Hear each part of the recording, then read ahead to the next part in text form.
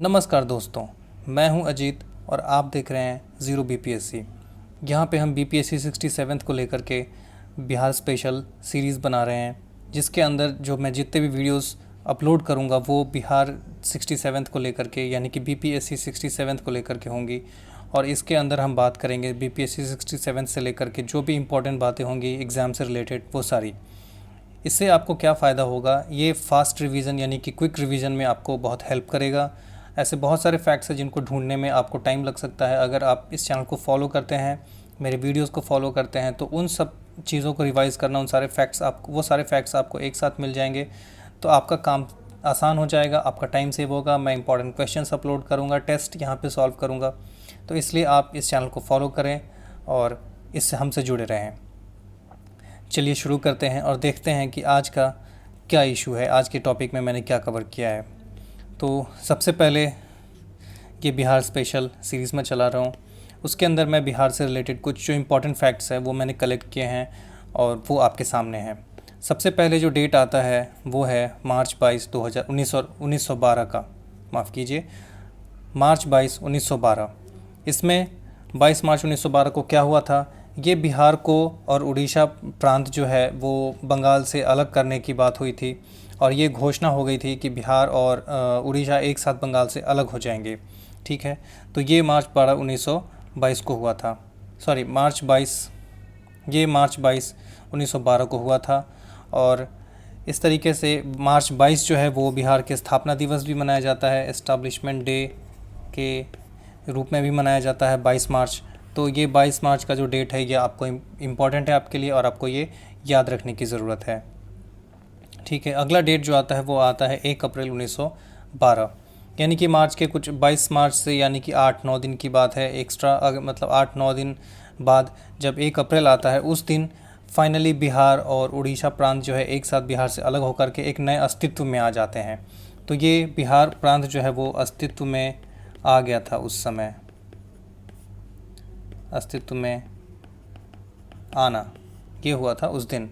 ठीक है, अस्तित्व में आ गए थे। उसके बाद 1 अप्रैल 1936 को क्या होता है, आपको डेट याद रखना की बहुत ज़्यादा आसानी होगी क्योंकि यहाँ भी 1 अप्रैल है और यहाँ भी 1 अप्रैल है। तो 1 अप्रैल 1936 को उड़ीसा बिहार से अलग हो गया था। ठीक है, ये बिहार से अलग हो गया था, यानी उड़ीसा और बिहार में एक फिर से बाउंड्री बन गई थी और ये अलग हो गया था। उसके बाद 15 नवंबर 2000 को क्या होता है, तो झारखंड जो अभी आप देख रहे हैं जो एक नया राज्य बन चुका है, तो झारखंड और बिहार के बीच में एक नई बाउंड्री बन गई थी 15 नवंबर 2000 को।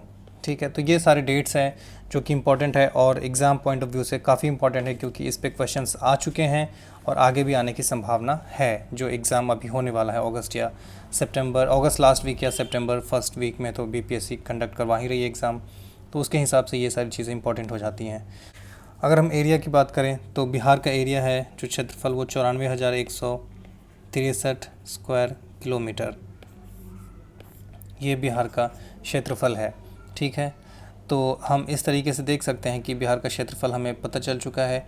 अगर हम रैंकिंग देखें कि बिहार में क्षेत्रफल के हिसाब से बिहार कौन से वे नंबर पे है, किस स्थान पे है, तो वो है 12वां। ठीक है, 12वें स्थान पे है। पॉपुलेशन रैंकिंग अगर देखें तो पॉपुलेशन के हिसाब से बिहार तीसरे स्थान पे है। ठीक है, पहले स्थान पे कौन है, ये आपको पहले और दूसरे स्थान पे कौन है ये आपको कमेंट सेक्शन में बताना है। ये आपके लिए एक मैं जानना चाहूँगा कि आप इसको कमेंट सेक्शन में बताएं कि फर्स्ट और सेकंड पोजीशन में ये दोनों स्टेजेस पे कौन है। ठीक है, उसके बाद हम बिहार की थोड़ी सी ज्योग्राफी देख लेते हैं। तो अगर हम देखें इसमें कुछ और भी इंफॉर्मेशन ऐड किए जा सकते हैं, जैसे बिहार का माने स्टेट प्लांट क्या है, स्टेट एनिमल क्या है, ये सारी चीज़ें आप हमें कमेंट सेक्शन में बताएं कि बिहार का स्टेट एनिमल क्या है, बिहार का स्टेट प्लांट क्या है। ठीक है, तो आगे बढ़ते हैं और ज्योग्राफी देखते हैं। ज्योग्राफी में एरिया मैंने पहले ही जस्ट मेंशन किया है। ये चीज़ इंपॉर्टेंट है कि नॉर्थ साउथ और ईस्ट वेस्ट, यानी कि बिहार का एरिया कुछ मतलब मैप जो है वो कुछ ऐसे रेक्टेंगुलर शेप में है। ठीक है, ऐसे इसको थोड़ा सा मैं अच्छे से बनाता हूँ, मैं बस ये समझाने के लिए इसको रेक्टेंगुलर बना रहा हूँ, ऐसा मैप है नहीं बिहार का। बस ये बताने की कोशिश कर रहा हूँ कि जो ये ईस्ट वेस्ट एक्सपेंस है, यहाँ से यहाँ की डिस्टेंस जो है वो 483 किलोमीटर के आसपास है, और ये ऊपर से यानी कि नॉर्थ साउथ जो एक्सपेंस है वो 345 किलोमीटर है, यानी कि नॉर्थ साउथ से ज़्यादा ईस्ट वेस्ट है। तो ऐसा क्वेश्चन हो सकता है कि बिहार के बारे में बताएं कि उत्तर से दक्षिण जाने की जो दूरी है वो, या पूरब से पश्चिम जाने की दूरी है, इनमें से कौन ज़्यादा है। तो ये क्वेश्चन हो सकता है, तो इसलिए आपको ये चीज़ तो ध्यान में, कंपैरिजन तो एटलीस्ट ध्यान में रखनी ही चाहिए। उसके बाद अर्बन एरिया हमारे पास करीब 1100 किलोमीटर के पास है, स्क्वायर किलोमीटर के पास है, यानी कि 1095.49 किलोमीटर स्क्वायर ये हमारे पास अर्बन एरिया है। एवरेज रेनफॉल जो है बिहार में वो 1205 मिलीमीटर, यानी कि एक साल का है ये, ठीक है ना, एक साल के अंदर इतनी बारिश होती है, तो ऐसे है। उसके बाद बिहार एक लैंडलॉक्ड स्टेट है। लैंडलॉक्ड स्टेट कहने का मतलब है कि इसके चारों तरफ, ये चारों तरफ से ज़मीन से घिरा हुआ है और समुद्र से इसका कोई कनेक्शन नहीं है, ठीक है। तो जिसकी वजह से और भी चीज़ें हैं बिहार में जो दिक्कत करती हैं, जैसे बिहार की इकोनॉमी को बहुत फ़र्क पड़ता है इससे, क्योंकि बिहार दूसरे यानी कि बाहर इंटरनेशनल ट्रेड में ये भाग नहीं ले सकता ईज़िली, क्योंकि यहाँ पे एक्सपोर्ट इंपोर्ट में दिक्कत होगी चीज़ों के लिए, क्योंकि फिर इसको उड़ीसा से एक्सपोर्ट करना पड़ेगा, क्योंकि उड़ीसा ही है पास में जो कि समुद्र से जुड़ा हुआ है। तो ये ऐसा है।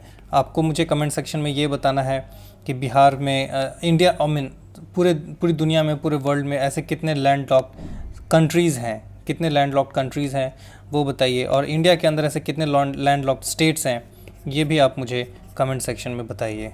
How many UTs are landlocked, ये भी आप मुझे कमेंट सेक्शन में बताइए। तो ये 2-3 क्वेश्चन मैंने आपके लिए रखे हैं, कि दो क्वेश्चन मैंने यहाँ पे लिख रखे हैं ये पहले से ही, लेकिन तीसरा मुझे भी याद आ गया कि वर्ल्ड में ऐसे कितने लैंडलॉक्ड कंट्रीज़ हैं। चलिए मैं एक का आंसर बता देता हूँ कि पूरी दुनिया में 44 ऐसे देश हैं जो लैंडलॉक्ड है, यानी कि उनके चारों तरफ कोई समुद्र का किनारा नहीं है, कोई कनेक्शन नहीं है समुद्र से, वहाँ पे चारों तरफ मिट्टी ही मिट्टी है, यानी चारों तरफ से वो दूसरे अलग से देशों से घिरा हुआ है, ठीक है। उसके बाद बिहार और नेपाल की जो बाउंड्री है वो 729 किलोमीटर की है, जो एक इम्पॉर्टेंट डेटा है, ये आपको याद रखना है, ठीक है। 729 किलोमीटर की डिस्टेंस, ठीक है। प्रमंडल बिहार में 9 है, अनुमंडल 101 है और ज़िले 38 है, ये भी काफ़ी इम्पॉर्टेंट डेटा है, ये आपको याद रखना है। उसके बाद पॉलिटी के अंदर आते हैं। थोड़ी सी पॉलिटी अगर देखें तो हम समझ सकते हैं कि असेंबली सीट्स, तो बहुत सारे लोग जो पॉलिटिक्स में थोड़ा सा भी इंटरेस्ट रखते होंगे उनको पता होगा कि बिहार में असेंबली 243 है, यानी कि बिहार में बाइकैमरल सिस्टम है। बाइकैमरल सिस्टम का मतलब होता है कि एक अपर हाउस होगा, एक लोअर हाउस होगा, यानी कि एक विधानसभा होगा, एक विधान परिषद होगा। तो विधानसभा जो होता है वो निचला होता है, यानी कि जो असेंबली जिसको कहते हैं असेंबली हाउस, यानी कि वो लोकसभा के जैसा होता है, उसमें लोग सीधे चुन के आते हैं वोट से। और विधान परिषद होता है जिसके अंदर चुने हुए लोग फिर उनको चुनते हैं, तो वो इनडायरेक्ट इलेक्शन होता है, वहाँ पे डायरेक्ट इलेक्शन नहीं होता। जैसे कि राज्यसभा में डायरेक्ट इलेक्शन नहीं होता, क्योंकि राज्यसभा की वोट के इलेक्शन के लिए हम वोट नहीं करते, हम जिनको चुन के भेजते हैं लोकसभा में वो लोग चुनते हैं फिर राज्यसभा के मेंबर्स को। तो इस तरीके से डायरेक्ट इलेक्शन नहीं होता परिषद में, यानी कि काउंसिल में, ठीक है। और काउंसिल में डायरेक्ट इलेक्शन नहीं होता, यहाँ पे इनडायरेक्ट इलेक्शन होता है, यहाँ पे इनडायरेक्ट इलेक्शन हम लिख सकते हैं, ठीक है ना। और असेंबली में यहाँ पे डायरेक्ट इलेक्शन है, मतलब बिहार में जो इलेक्शन होती है वो इन्हीं 243 सीट्स पे होती है डायरेक्ट इलेक्शन, ठीक है। तो ये चीज़ आपको थोड़ी सी समझने वाली बात थी और याद रखने वाली बात थी। उसके बाद बिहार में लोकसभा की 40 सीटें हैं, ठीक है, यानी कि लोकसभा के जब पूरे इलेक्शन होते हैं उसमें बिहार से 40 लोग चुन के जाते हैं, बिहार से 40 एमपीज़ होते हैं, मेंबर्स ऑफ पार्लियामेंट। राज्यसभा में 16 एमपीज़ हैं। उसी तरीके से फिर अगर हम देखें कि ऐसे कितने सीट्स रिजर्व हैं फॉर एससीज़, यानी कि शेड्यूल कास्ट, तो शेड्यूल कास्ट के लिए लोकसभा में बिहार से 6 सीट्स अवेलेबल हैं, रिजर्व्ड हैं। और बिहार के अंदर यानी कि बिहार असेंबली में शेड्यूल कास्ट के लिए 38 सीट्स रिजर्व्ड हैं, और एसटीज़ के लिए 2 सीट, यानी टोटल 40 सीट्स रिजर्व्ड हैं बिहार असेंबली के अंदर, ठीक है। तो ये आपको याद रखने की बात है, ये सारा डेटा आपको पता होना चाहिए क्योंकि कभी भी पूछा जा सकता है, तो एटलीस्ट मिनिमम तो इतना पता होना चाहिए। उसके बाद अगर हम इंटरनेशनल बाउंड्री की बात करें तो हमारा कनेक्शन सिर्फ नेपाल से है, क्योंकि और दूसरी कोई कंट्री हम बिहार से बाउंड्री नहीं बनाती है। तो पर ऐसा है कि फिर अगर नेपाल बिहार के साथ जुड़ी है तो ऐसे कितने ज़िले हैं जो नेपाल से बाउंड्री रखते हैं, तो ऐसे 7 ज़िले हैं, ठीक है। वो हम यहाँ पे देख सकते हैं कि ऐसे 7 ज़िले हैं। उनमें से एक पहला है पश्चिम चंपारण, उसके बाद है पूर्वी चंपारण, सीतामढ़ी, मधुबनी, सुपौल, अररिया एंड किशनगंज। ये 1 2 3 4 5 6 7 ऐसे ज़िले हैं जो नेपाल के साथ बाउंड्री रखते हैं। तो ये भी आपके लिए इम्पॉर्टेंट है, आपको ये याद रखना है। एक्चुअली मैंने जो भी यहाँ पे लिखा है वो काफ़ी फ़िल्टर करके लिखा है, मैंने से बेकार की बातें कुछ यहाँ पे लिखी नहीं है। तो एटलीस्ट मिनिमम इतना तो आपको पता होना चाहिए। ठीक है, आगे बढ़ते हैं। अगर हम ज्योग्राफी के बारे में देखें थोड़ा सा, तो क्लाइमेट यहाँ का मानसून है, यानी कि मानसून का काफ़ी असर होता है बिहार में, इसलिए इसकी क्लाइमेट को मानसून कहते हैं। लॉन्गेस्ट रिवर इज़ गंगा, सबको पता है, ये तो काफ़ी इजी बात है। वार्मेस्ट कुंड, ये एक अलग से मैंने जोड़ लिया है, जो ब्रह्म कुंड है, जो बिहार के अंदर काफ़ी वार्म है। वो आपको ये बताना है कि इसका लोकेशन क्या है। आप मुझे लोकेशन इसके कमेंट सेक्शन में बताएं कि ब्रह्म कुंड किस ज़िला में है बिहार के। डोमिनेंट सॉइल जो है वो एलुवियल सॉइल, यानी कि जलोढ़ मिट्टी जो है वो डोमिनेंट है। एलुवियल यानी जो रिवर्स जो बहती हैं तो वो पहाड़ों से मिट्टी काट काट के लाती है, उसको एलुवियल सॉइल को कहते हैं, और ये काफ़ी उपजाऊ होती है।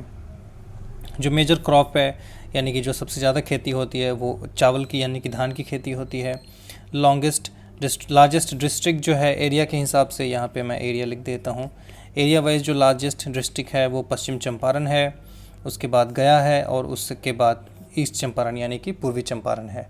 तो ये 3 ऐसे सबसे बड़े ज़िले हैं, उनमें सबसे बड़ा पश्चिम चंपारण है, फिर उससे छोटा गया है, उससे भी छोटा पूर्वी चंपारण है। 3 सबसे छोटे ज़िले हैं, जिसमें शिवहर सबसे छोटा है, उससे बड़ा थोड़ा अरवल है, और उससे भी बड़ा शेखपुरा है। तो ये 3 सबसे छोटे ज़िले हैं और ये 3 सबसे बड़े ज़िले हैं। उसके बाद पॉपुलेशन की अगर बात करें तो 10.41 करोड़ है, जो कि लगभग 10.5 करोड़ के पास होता है। ये सब डेटा 2011 के सेंसस के अनुसार है। अभी अगला सेंसस होगा तो हमें पता चल जाएगा। और वैसे भी जैसे आप लोग अगर करंट अफेयर्स फॉलो कर रहे होंगे तो अभी यूएन ने अभी एक डेटा रिलीज़ किया है, जिसके अंदर उन्होंने बताया है कि अगले साल यानी कि 2023 तक दुनिया में सबसे बड़ा पॉपुलेशन के हिसाब से सबसे बड़ी कंट्री जो होगी वो इंडिया हो जाएगी। तो इंडिया के लिए बहुत बड़ी बात है, अच्छी बात भी है, बुरी बात भी है, इसके नुकसान भी है और फ़ायदे भी हैं। उसके बारे में हम कभी और चर्चा करेंगे जब हम करंट अफेयर्स देखेंगे तो। लेकिन अभी हम सिर्फ बिहार देख रहे हैं, इसलिए हम उसमें ज़्यादा नहीं जाएंगे। तो रूरल पॉपुलेशन अगर हम देखें तो 88.71% है, जिससे पता चलता है कि अर्बनाइजेशन बिहार में बहुत कम है। ओनली 11.29% ही अर्बन पॉपुलेशन है, और रेस्ट 88.7% पॉपुलेशन जो है वो रूरल है, यानी कि वो गांव में रहते हैं, वो सब ग्रामीण लोग हैं। उसके बाद पॉपुलेशन डेंसिटी 1106 है, वो कि बहुत ज़्यादा है, जबकि नेशनल जो है वो 382 है पर स्क्वायर किलोमीटर। ठीक है, अगर मैं गलत नहीं हूँ तो 382 पर स्क्वायर किलोमीटर लोग हैं, नेशनल एवरेज है। पर बिहार में 1106 लोग रहते हैं पर स्क्वायर किलोमीटर, जो कि बहुत ज़्यादा है, लगभग 3 गुने के बराबर है। पॉपुलेशन ग्रोथ रेट 25.42% है, जो कि ये 10 साल के अंदर होता है, ये सालाना नहीं है, ये 10 साल का है।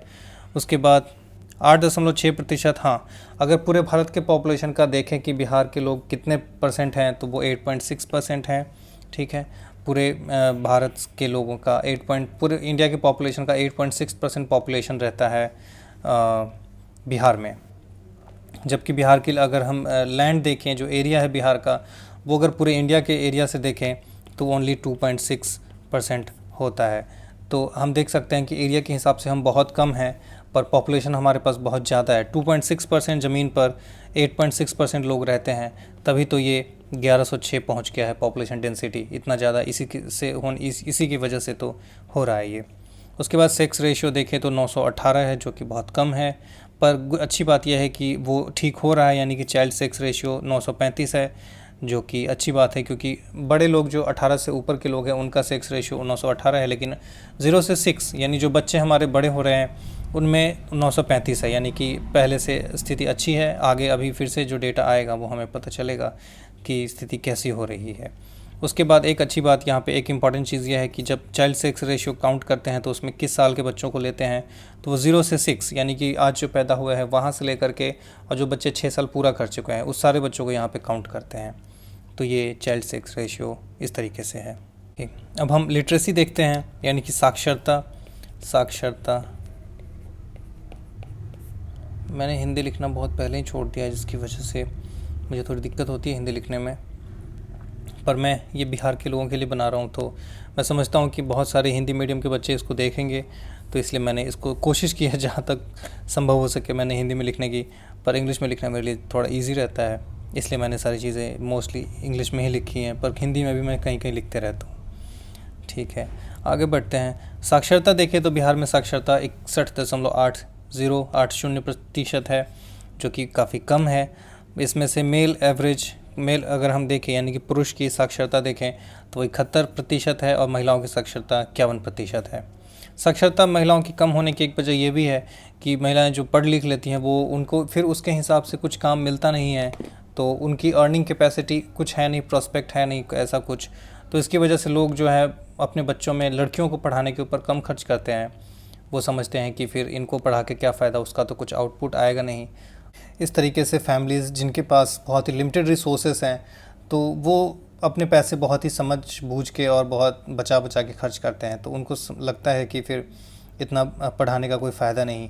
तो इन और भी कई सारे रीज़न्स हो सकते हैं, लेकिन एक रीज़न मुझे सबसे ज़्यादा समझ में आता है, मैं प्रैक्टिकल चीज़ों की बात करता हूँ, मैं वैसे कुछ थियोरेटिकल चीज़ों की बात नहीं करता, तो उसके हिसाब से मुझे लगता है कि सबसे बड़ा रीज़न यही है कि अगर बिहार में हम अगर लड़कियों के लिए जॉब अपॉर्चुनिटीज़ अगर क्रिएट करें तो ऑब्वियसली अपने आप ही उनका जो एजुकेशन का जो लेवल है वो अपने आप बढ़ेगा, क्योंकि फिर जब अगर आज पैसा खर्च कर रहे हैं और कल उससे इनकम आ रहा है तो आप उसमें कतराएंगे नहीं, पीछे नहीं हटेंगे। लेकिन वो पैसा अगर सिर्फ डिग्री हासिल करने के लिए हो रही है तो लोग इसीलिए फिर वो खर्च नहीं करना चाहते, और इसलिए बिहार में महिलाओं के एजुकेशन करीब देखिए यहाँ पे 20% का अंतर है, जो कि काफ़ी ज़्यादा है। ठीक है, उसके बाद रूरल लिटरेसी देखें अगर हम तो 60% के पास है, अर्बन लिटरेसी 76% के पास है। तो ये तो रूरल अर्बन तो होगा ही, क्योंकि रूरल में फैसिलिटीज़ कम है और लोग वो पढ़ के फिर खेती करेंगे तो उनका क्या ही फ़ायदा, तो इसलिए भी वहाँ पे लिटरेसी कम होती है। उसके बाद पॉपुलेशन के हिसाब से डिस्ट्रिक्ट देखें, जो मोस्ट पॉपुलस डिस्ट्रिक्ट है जहाँ पे सबसे ज़्यादा पॉपुलेशन है तो वो पटना है, क्योंकि पटना की पॉपुलेशन सबसे ज़्यादा है। उसके बाद ईस्ट चंपारण है, उसके बाद मुजफ्फरपुर है। ठीक है, ये 3 ऐसे सबसे ज़्यादा पॉपुलस डिस्ट्रिक्ट्स हैं। उसके बाद लीस्ट पॉपुलेशन, सबसे कम पॉपुलेशन कहाँ पे, तो शेखपुरा की है, उसके बाद शिवहर है, उसके बाद अरवल है। वैसे शिवहर सबसे छोटा ज़िला है बिहार के अंदर, पर सबसे छोटा पॉपुलेशन है शेखपुरा का, क्योंकि शिवहर में आप देखेंगे अभी कि उसके अंदर पॉपुलेशन डेंसिटी बहुत ही ज़्यादा है। उसके बाद हाई पॉपुलेशन डेंसिटी की अगर बात करें तो 3 ऐसे ज़िले जिनके अंदर पॉपुलेशन डेंसिटी बहुत ज़्यादा है, तो वो शिवहर सबसे ज़्यादा है। देखिए सबसे छोटा ज़िला शिवहर ही है, लेकिन शिवहर के अंदर पॉपुलेशन डेंसिटी आप देखें तो वो सबसे ज़्यादा है पूरे बिहार में, तो वो एक मैटर ऑफ कंसर्न है। और पटना के अंदर, पटना ऐसा ज़िला है जिसके अंदर पॉपुलेशन यानी कि जनसंख्या सबसे ज़्यादा है, पर वहाँ पे पॉपुलेशन डेंसिटी, जनसंख्या घनत्व जो है वो दूसरे नंबर पे है, शिवहर से पीछे है। तो ये चीज़ एक पॉइंट टू बी नोटेड ऐसा टाइप है। उसके बाद तीसरे नंबर पे दरभंगा है जिसकी पॉपुलेशन है सबसे ज़्यादा में। उसके बाद मिनिमम पॉपुलेशन डेंसिटी अगर हम देखें तो कैमूर की सबसे कम है, उसके बाद जमुई और बांका, ये तीनों साउथ बिहार के डिस्ट्रिक्ट्स हैं। तो यहाँ पे ऑब्वियसली जो टेरेन है, जो लैंडस्केप है वो काफ़ी या तो माउंटेनियस है या फिर जंगल है, तो इसकी वजह से यहाँ पे पॉपुलेशन डेंसिटी ऑब्वियसली कम हो जाएगी, क्योंकि ऐसे जगहों में लोग आसानी से रह नहीं पाते। उसके बाद जो हाईएस्ट सेक्स रेशियो है वो गोपालगंज की है। गोपालगंज का सेक्स रेशियो 10/112 है, ये आपको पता होना चाहिए, यानी कि ज़्यादा है महिलाओं की। यहाँ पे सेक्स रेशियो जो है लिंगानुपात वो पुरुषों से ज़्यादा है, तो यहाँ पे गोपालगंज आपको याद रखने वाली बात है। उसके बाद सिवान है और फिर सारण है। जो मिनिमम है, जो वर्स्ट है, जब सबसे ख़राब है उसमें मुंगेर का सबसे ख़राब है सेक्स रेशियो। ये दोनों चीज़ आपको पता होनी चाहिए कि सबसे अच्छा सेक्स रेशियो गोपालगंज का है और सबसे ख़राब मुंगेर का है। मुंगेर के बाद भागलपुर है और भागलपुर के बाद खगड़िया है। तो ये भागलपुर, मुंगेर, खगड़िया ये सब जो हैं ये सबसे ख़राब सेक्स रेशियो वाले हैं, क्योंकि इन यहाँ पे सेक्स रेशियो बहुत ही बुरे स्थिति में है। उसके बाद हाईएस्ट लिटरेसी की बात अगर हम देखें तो अगेन ये रोहतास है, जो कि लिटरेसी रेट इनकी यहाँ पे सबसे ज़्यादा है रोहतास में। और रोहतास अगेन एक साउथ बिहार का स्टेट है, आई मीन डिस्ट्रिक्ट है, ज़िला है साउथ बिहार का। उसके बाद पटना है, उसके बाद भोजपुर है। तो पटना को तो आप देख रहे हैं कि पटना एक सिटी है, जिसकी वजह से यहाँ पे पॉपुलेशन, आई मीन लिटरेसी तो ज़्यादा होगी ही, क्योंकि यहाँ पे जॉब अपॉर्चुनिटी है, लोगों के पास पैसा है, तो ऑब्वियसली यहाँ पे तो लिटरेसी होनी चाहिए। पर रोहतास की लिटरेसी रेट जो है वो पटना से भी ज़्यादा है। आगे हम देखते हैं लीस्ट लिटरेसी, जो सबसे कम लिटरेसी कहाँ पे है, वो सबसे कम पूर्णिया में है, उसके बाद सीतामढ़ी में है और फिर कटिहार में है। पूर्णिया और कटिहार ये दोनों वेस्ट बंगाल से लगे हुए हैं, ये बाउंड्री पे हैं बिल्कुल, और सीतामढ़ी तो नॉर्थ बिहार में है। हाईएस्ट मेल लिटरेसी रोहतास की है और लीस्ट मेल लिटरेसी पूर्णिया की है। पूर्णिया में तो वैसे ही अभी जस्ट हमने यहाँ पे देखा कि लिस्ट लिटरेसी में सबसे कम लिटरेसी यानी कि सबसे कम साक्षरता पूर्णिया की ही है, तो लिस्ट मेल में भी पूर्णिया ही है, लेकिन फीमेल में पूर्णिया नहीं है। ये आपको ध्यान देने वाली बात है। यहाँ पे सहरसा है, ये दोनों आपको ध्यान रखना है कि सेम नहीं है, ठीक है। भले ही ओवरऑल लिटरेसी सबसे कम पूर्णिया की है, लेकिन महिलाओं की लिटरेसी रेट जो है वो सहरसा में सबसे कम है, पूर्णिया में सबसे कम नहीं है। उसके बाद हम कुछ और इम्पॉर्टेंट फैक्ट्स देख लेते हैं, जैसे जूट प्रोडक्शन। जूट बिहार में बहुत ज़्यादा होता है, पर वो सेकंड नंबर पे है, फर्स्ट नंबर पे कौन है आपको बताना है। ये आपके लिए एक क्वेश्चन होगा जो आपको कमेंट सेक्शन में बताना है, फर्स्ट पे कौन है। उसके बाद सोर्स ऑफ त्रिवेणी कनाल जो है बिहार में बहुत ही इंपॉर्टेंट है, जो कि गंडक नदी से निकलती है वो। और कैमूर किस लिए जाना जाता है, क्योंकि लाइमस्टोन के लिए यहाँ पे लाइमस्टोन की खुदाई बहुत ज़्यादा होती है, तो कैमूर जो ज़िला है वो लाइमस्टोन यानी कि कैमूर जो है वो साउथ बिहार में है, और साउथ बिहार में जो है खनन के लिए काफ़ी सारे इंपॉर्टेंट रिसोर्सेज हैं, तो इसलिए साउथ बिहार में ये इंपॉर्टेंट प्लेस हो जाता है। वैसे झारखंड अलग हो गया, वरना झारखंड अगर होता बिहार में तो हमारे पास बहुत सारे मिनरल्स होते हैं, ऐसे मिनरल रिसोर्सेज होते, तो ऑब्वियसली उससे हमारी इकोनॉमी अच्छी हो सकती थी और ज़्यादा। पर anyway largest wild life sanctuary जो है वो कैमूर ही है, क्योंकि कैमूर में जंगल है, तो यहाँ पे लार्जेस्ट वाइल्ड लाइफ सेंचुरी भी यहीं होगी। लेंथ ऑफ नेशनल हाईवे, ये दो चीज़ें आपको याद रखने वाली बात है। अकॉर्डिंग टू सेंट्रल गवर्नमेंट ये 5358 है, according to Bihar state government यहाँ पे 5475 किलोमीटर है। पर आपको इतना तो ध्यान रखना ही है कि 5000 से ज़्यादा है, 5000 किलोमीटर से ज़्यादा है नेशनल हाईवे का लेंथ जो है।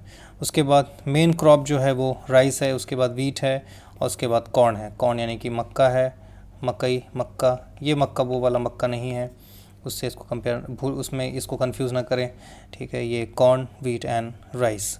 उसके बाद जो सबसे इम्पॉर्टेंट मिनरल है जो कि यहाँ पे खुदाई होती है वो पायराइट्स की है। बिहार पायराइट्स में सबसे ऊपर है इंडिया में, यानी कि बिहार ही ऐसा स्टेट है जो सबसे ज़्यादा पायराइट्स, सबसे ज़्यादा क्या बिहार ही एक स्टेट है जो पायराइट की मेजर प्रोडक्शन करता है। उसके बाद हम ये नदियों में देखते हैं कि ये 3 नदियाँ जो है बिहार में कहाँ कहाँ पे मिलती हैं। तो गंडक इसमें है, जो बिहार में पहलेजा के पास मिलती है, पटना के पास जो कि पहलेजा है। और घाघरा नदी ये रावीगंज के पास सारण में, और ये विग्रावा ये पटना में। सोन नदी साउथ बिहार की नदी है जो नीचे से आती है, तो ये पटना के पास ही विग्रावा मिलती है गंगा में। घाघरा रानीगंज के पास सारण में, और गंगा पहलेजा के पास। पहलेजा घाट तो बहुत लोगों ने सुन रखा होगा। उसके बाद शस्य गहनता, ये मैंने फर्स्ट टाइम आज इसको सुना है और ये मेरे लिए एक लर्निंग है। इसको बोलते हैं क्रॉपिंग इंटेंसिटी, और क्रॉपिंग इंटेंसिटी वो चीज़ होती है कि एक साल के अंदर आप एक ज़मीन पे कितनी फसलें उगाते हैं। तो 144% है, मतलब 1.5 गुना, यानी कि एक साल में आप एक ज़मीन के ऊपर बिहार में 1.5 फसल उगाते हैं, यानी कि एक फसल पूरा और दूसरी फसल आधी, ऐसा एवरेज है। तो इसकी वजह से ये 144% हो जाता है। उसके बाद ये हमारे को बहुत ही जानने वाली बात है कि प्रथम उपराज्यपाल कौन थे, तो वो सर चार्ल्स स्टुअर्ट बेले ये प्रथम उपराज्यपाल थे।